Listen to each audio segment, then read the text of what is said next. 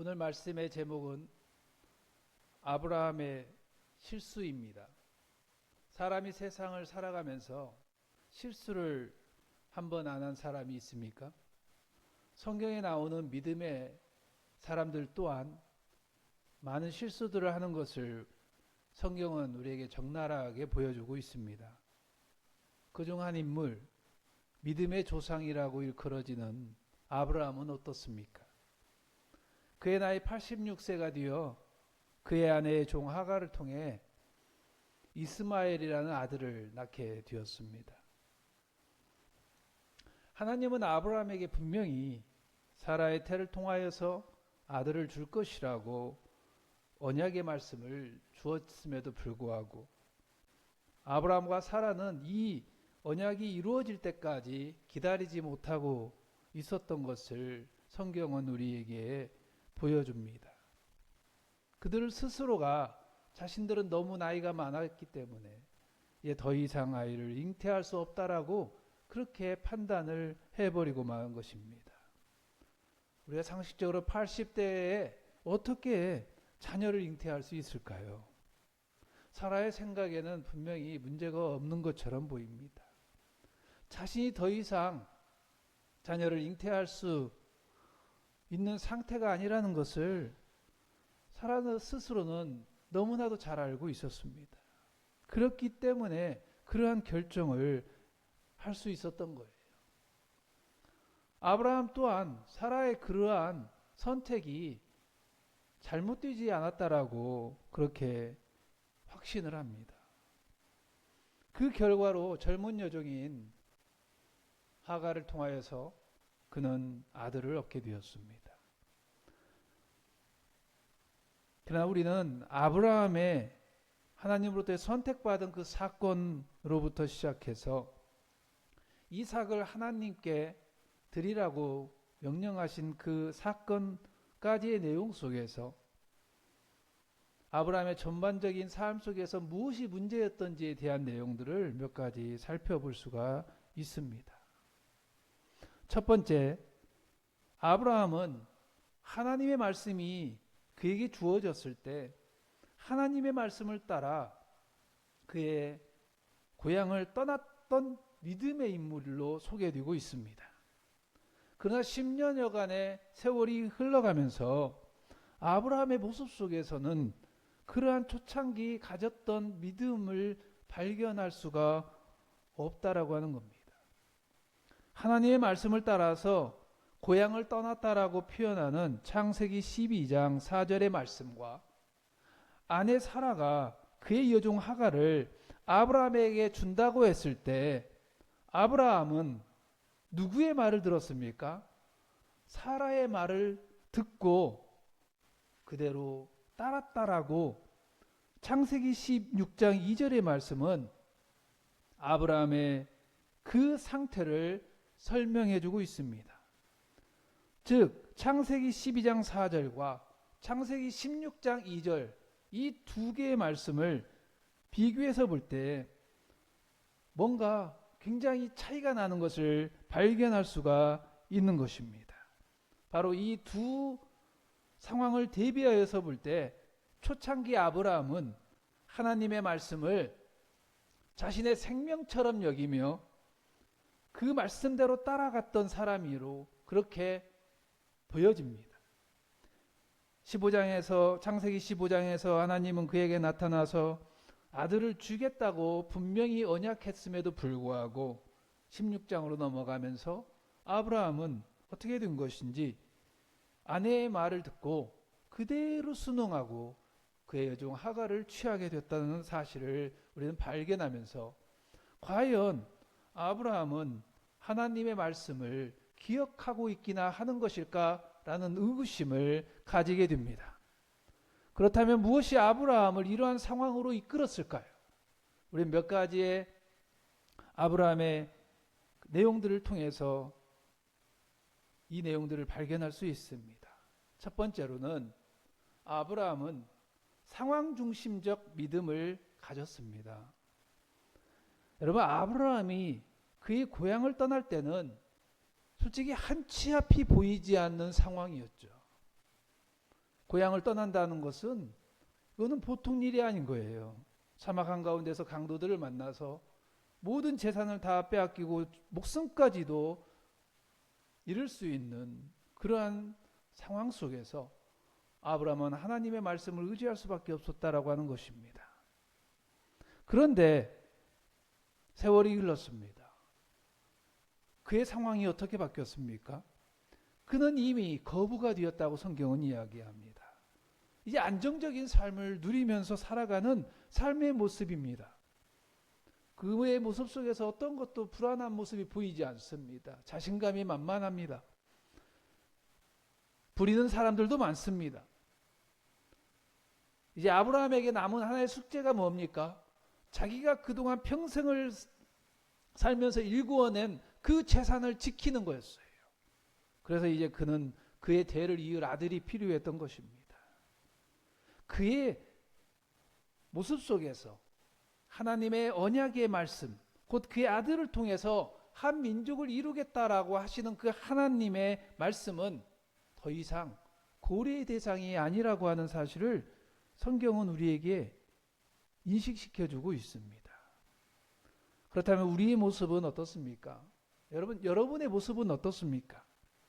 우리가 삶에 고난이 오고 어려움이 오고 힘든 시기를 경험하게 될 때 하나님을 의지합니다.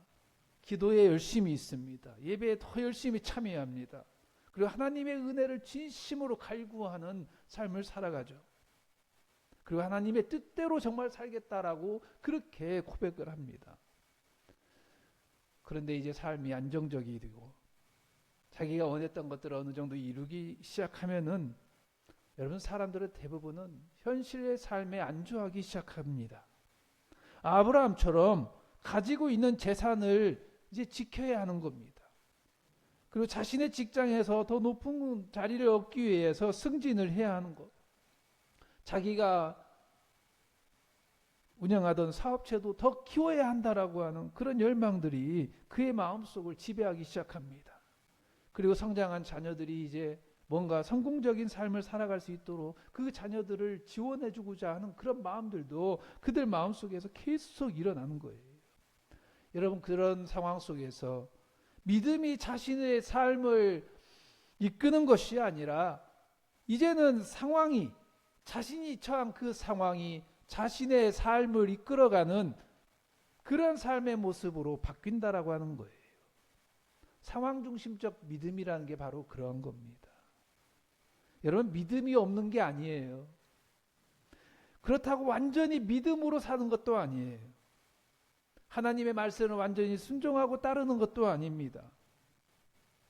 요즘 현대를 살아가는 그리스도인들의 모습 속에서 이런 모습은 너무 쉽게 발견됩니다. 하나님이 초창기 그 가졌던 믿음 속에서 주신 언약의 말씀과 비전은 잊어버리고 세상에서 성공하고 부자가 되는 길이라면 그 길이 어떤 길이라 할지라도 하나님의 말씀을 제껴두고 그걸 따라간다라고 하는 거예요. 여러분 하나님으로부터 주어진 말씀을 성취하는 것과 자신이 가지고 있는 그 뜻을 성취하는 것이 하나라고 생각해서는 안 됩니다. 하나님의 말씀을 따라 살아가는 그 삶 속에서는요, 인내의 길이 필요합니다. 인내하는 게 필요하고, 때로는 힘들고 어려운 골짜기의 인생이 될 수도 있습니다. 그리고 끝까지 소망을 하나님께 두면서 살아가는 것이 바로 하나님의 뜻을 발견하면서 살아가고자 하는 자의 삶의 모습이라고 하는 거예요. 자신의 마음대로 살면서 그것을 하나님의 뜻과 연결시키려고 하는 그러한 삶, 그러한 생각들이 우리를 지배한다라고 하는 겁니다. 여러분, 아브라함은 두 번째로 이제 교만한 믿음을 가지고 있었어요. 그러니까 아브라함이 가지고 있었던 그 믿음의 상태가 어떤 상태였느냐? 교만했다라고 하는 겁니다. 그러면 무엇이 아브라함이 가지고 있던 믿음이 교만했냐라고 하는 것을 성경에서 보여주고 있느냐?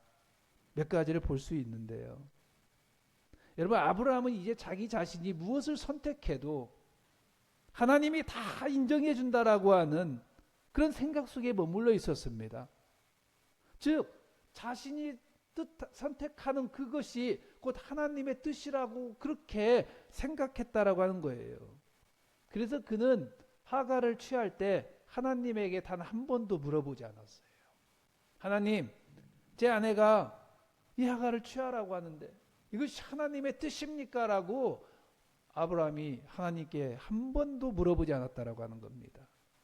여러분, 믿음 생활을 오래 하다 보면 어떤 현상들이 일어나는 줄 아십니까?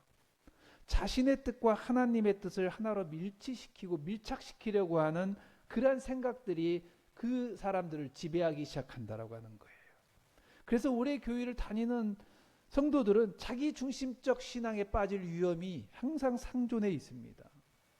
여러분, 하나님의 뜻과는 전혀 상관이 없는 삶을 살아가면서도 그것이 하나님의 인정하는 삶이라고 착각을 하는 거예요. 심한 경우에는 죄를 지으면서도 이 정도 죄는 하나님이 눈 감아준다라는 생각까지 한다라고 하는 거예요.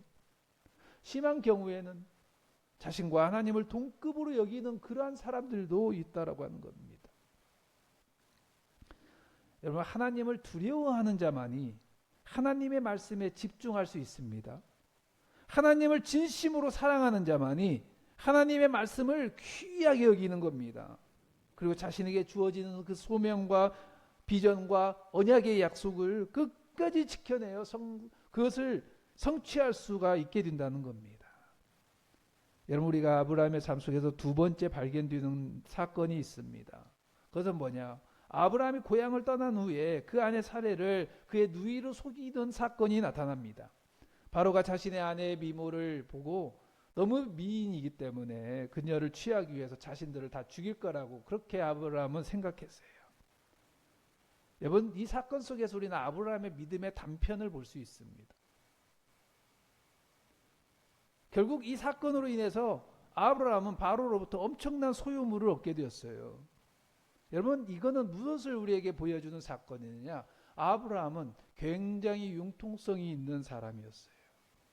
자신의 그 상황에 따라서 아내도 누이로 속일 만큼 그런 융통성을 가지고 있는 인물이었다라고 하는 거예요.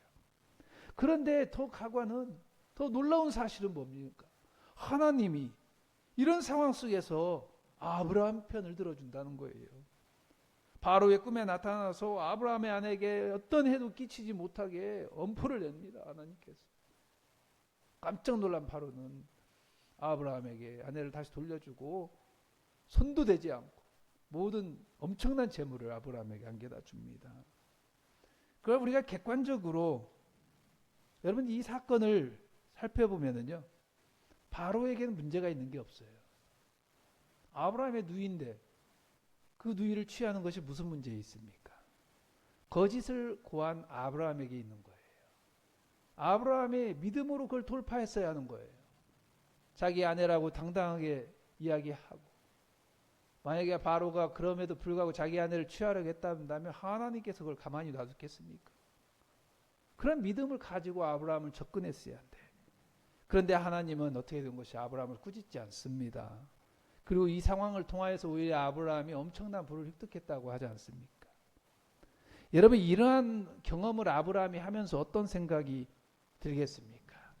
그것은 바로 확신입니다. 아, 내가 뭔가 이런 상황적으로 뭔가를 내가 선택을 했음에도 불구하고 하나님이 나를 인정해 주시는구나라고 하는 그런 확신성 속에 딱 사로잡히게 된 거예요. 만약에 여러분이라면 어떨까요? 자신이 어떤 잘못을 했음에도 하나님이 그걸 축복을 내줘서 내가 거부가 되었습니다. 여러분, 그러면 여러분들 마음속에 그런 생각이 안 들까요? 여러분, 대부분의 사람들이라면 이런 생각을 할 겁니다. 아, 내가 이런 실수와 이런 잘못을, 이런 죄를 저질렀음에도 불구하고 하나님이 눈을 감아주시네.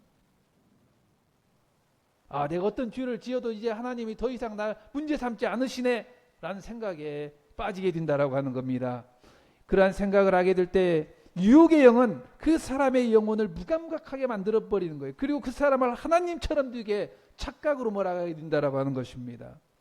아브라함 또한 이런 경험을 통해 자신의 선택에 대한 자신감이 이제 생겨난 거예요.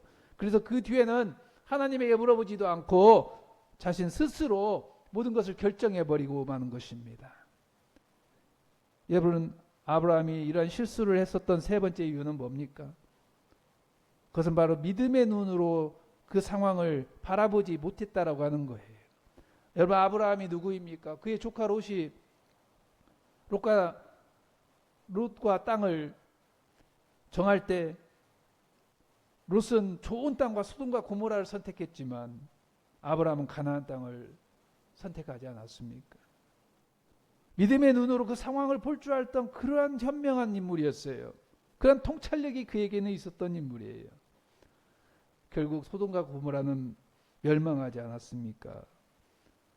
그리고 그의 조카 롯과 포로로 잡혀갔던 수많은 사람들을 그의 수하에서 그가 훈련시켰던 사람들 318인 데리고 와서 구해올 정도로 엄청난 용기를 가지고 있던 인물이었습니다. 그런데 80대가 넘어서는 그 상황 속에서 아브라함의 믿음 또한 점점 쇠약해지기 시작했다라고 하는 거예요. 이제는 자신의 재산과 가족을 지킬 후손이 절대적으로 필요했던 상황입니다. 여러분, 믿음의 관점에서 자기가 처해져 있는 그런 상황을 인식하고 선택하던 의지가 이제 그에게 겨려지기 시작한 겁니다. 내가 아갈과 동침하는 것이 과연 하나님의 뜻일까? 하나님은 분명히 사라를 통해서 아들을 주신다고 했는데 하나님께 다시 한번 물어봐야지. 하나님 앞에 다시금 제단을 쌓아야지 라고 하는 그러한 믿음의 눈으로 그 상황을 직시했어야 하는 거예요. 그러나 이미 그는 자신의 선택에 대한 정당성을 가지고 있었습니다. 그러나 하나님의 또한 그러기 때문에 그는 믿음이 점점 무뎌지기 시작했습니다. 자신의 의로움에 빠져 있었던 거예요. 창세기 15장 6절에서는 아브라함의 믿음을 이렇게 표현합니다. 아브라함이 여호와를 믿으니 여호와께서 이를 그의 의로 여기니라. 이 말씀을 아브라함의 믿음을 칭찬하는 의미로 우리는 많이 이해하고 그렇게 해석을 합니다. 그러나 이걸 뒤집어 보면 그렇지 않습니다. 아브라함의 믿음은 철저히 자기 중심적인 믿음이었어요. 자신의 의로 하나님을 믿는 것이었습니다. 여러분, 독자 이삭을 바친 사건 이후에 하나님은 아브라함에게 뭐라고 말합니까? 이제서야 내가 나를 경외하는 줄 알겠노라. 아브라함의 믿음의 전과 후를 나누는 사건이 바로 독자 이삭을 바치는 사건이었습니다. 여러분, 독자 이삭을 바치는 사건 이전에 아브라함의 믿음은 자기 의에 기반한 믿음이었어요. 그러나 이 사건 이후에 아브라함의 믿음은 이제 더 이상 자기 의를 중심으로 하는 믿음이 아니라 하나님을 두려워하고 하나님을 온전히 신뢰하는 믿음으로 바뀌었다라고 하는 거예요. 바로 하나님이 아브라함이 이런 하나님 중심적 믿음으로 변화될 수 있었던 것은 그가 독자 이삭을 얻기 이전에 했던 실수를 통해서 자신이 가지고 있던 그 믿음의 잘못을 철저하게 그는 깨달았다라고 하는 사실을 말합니다. 예수님은 마태복음 5장 이하 산상수훈을 통해서 매우 중요한 성도들의 믿음의 태도에 대해서 설교하셨습니다. 특별히 6장에서 예수님은 어떻게 살아가시는 것이 진정한 의로운 삶인가를 설명하고 있는데 그게 뭡니까? 예수님은 6장 33절에서 말합니다. 하나님의 나라와 그의 의를 구하라. 그리하면 이 모든 것을 더하시리라고 말씀하십니다. 하나님은 아브라함의 믿음을 아브라함의 의라고 표현을 했어요. 그러나 예수님이 하신 이 말씀 안에서 그의 의, 이거는 다른 말로 하나님의 의라는 말하는 거예요. 이 말씀과 아브라함의 의는 서로 대비되는 말인 겁니다. 본문의 말씀은 예수님께서 유대인들의 율법주의에 대한 경고의 메시지도 하며 참다운 하나님을 의를 구하는 것이 진정한 믿음의 본질이라고 하는 사실을 주님이 말씀하고 있는 거예요. 여러분, 의로움이라고 하는 것은요, 하나님으로부터 주어지는 것입니다. 나의 의로 하는 믿음은요, 인간의 교만으로부터 나오는 거예요. 그러나 우리가 처음 하나님을 믿게 될 때는 어떻게 합니까? 대부분 나의 믿음, 즉 자신의 체험이나 지식을 통해서 얻는 믿음으로 시작됩니다. 그러나 여러분, 하나님을 체험하고 난 후에 하나님의 은혜를 경험한 이후에 가지게 되는 믿음은요, 서서히 이제 하나님의 은혜로 얻어지는 믿음으로 바뀌어지기 시작하는 겁니다. 복음의 핵심적인 구원론은 바로 하나님의 은혜, 하나님의 의로 구원을 얻는다는 것이에요. 이 말은 하나님의 은혜로 믿음을 가진 성도들이 구원을 얻는다라는 말로 해석할 수 있습니다. 여러분, 여전히 나의 의로 형성된 믿음 안에서 신앙생활하는 교인들은요, 하나님의 은혜와 상관이 없습니다. 그들이 하는 실수는 믿음을 성장시키지도 못하고 오히려 더 큰 죄의 길로 이끌게 되는 겁니다. 그러나 믿음 안에서 하게 되는 모든 실수들은 실수할 수 있어요. 아브라함처럼요. 그러나 아브라함은 자신의 실수를 통해서 하나님을 더 깊이 만나게 되었습니다. 그리고 나서 아브라함의 믿음은 이제 아브라함 자신의 의가 아니라 하나님 의 안에서 믿음을 가지게 되었다는 거예요. 그러므로 그의 실수들은 이제 그를 하나님의 의 안에서 살아가도록 한 결과를 얻게 한 사건들이 되고 만 것입니다. 예수님은 하나님의 의를 실현시키시기 위해서 자신을 온전히 헌신하신 분입니다. 예수님의 십자가는요, 세상 사람들이 볼 때에, 그리고 제자들이 볼 때에 잘못된 선택으로 비춰진 사건이고, 다른 말로 하면 그건 실수예요. 큰 실수였어요. 그러나 예수님의 선택은 하나님 중심적인 믿음, 즉 하나님의 의를 이루기 위해 하는 그러한 선택이었기에 결국은 어떻게 됩니까? 부활의 영광의 자리에 나아갈 수 있었습니다. 히브리서 12장 2절 믿음의 주여 온전케 하시는 인 예수를 바라보자라고 히브리서 저자는 기록하고 있습니다. 믿음 안에서도 우리는 실수할 수 있는 존재들입니다. 그러나 그 실수를 인식하는 것이 중요합니다. 그리고 다시금 하나님의 온전하심을 구하는 자들이 되어야 합니다. 하나님의 의를 힘입어 살기를 원해야 하는 겁니다. 결국 자신의 의를 앞세워 살아가는 자들은 그 믿음에서 떨어지게 됩니다. 여러분, 예수님을 바라보세요. 예수님을 본받아 살기를 원하는 자들이 되세요. 그러면 믿음 안에서 우리는 실수하지 않는 자들이 되어져 갈 겁니다. 예수님의 믿음을 본받는 저와 여러분이 되시기를 예수님의 이름으로 축복합니다. 아멘. 기도하겠습니다.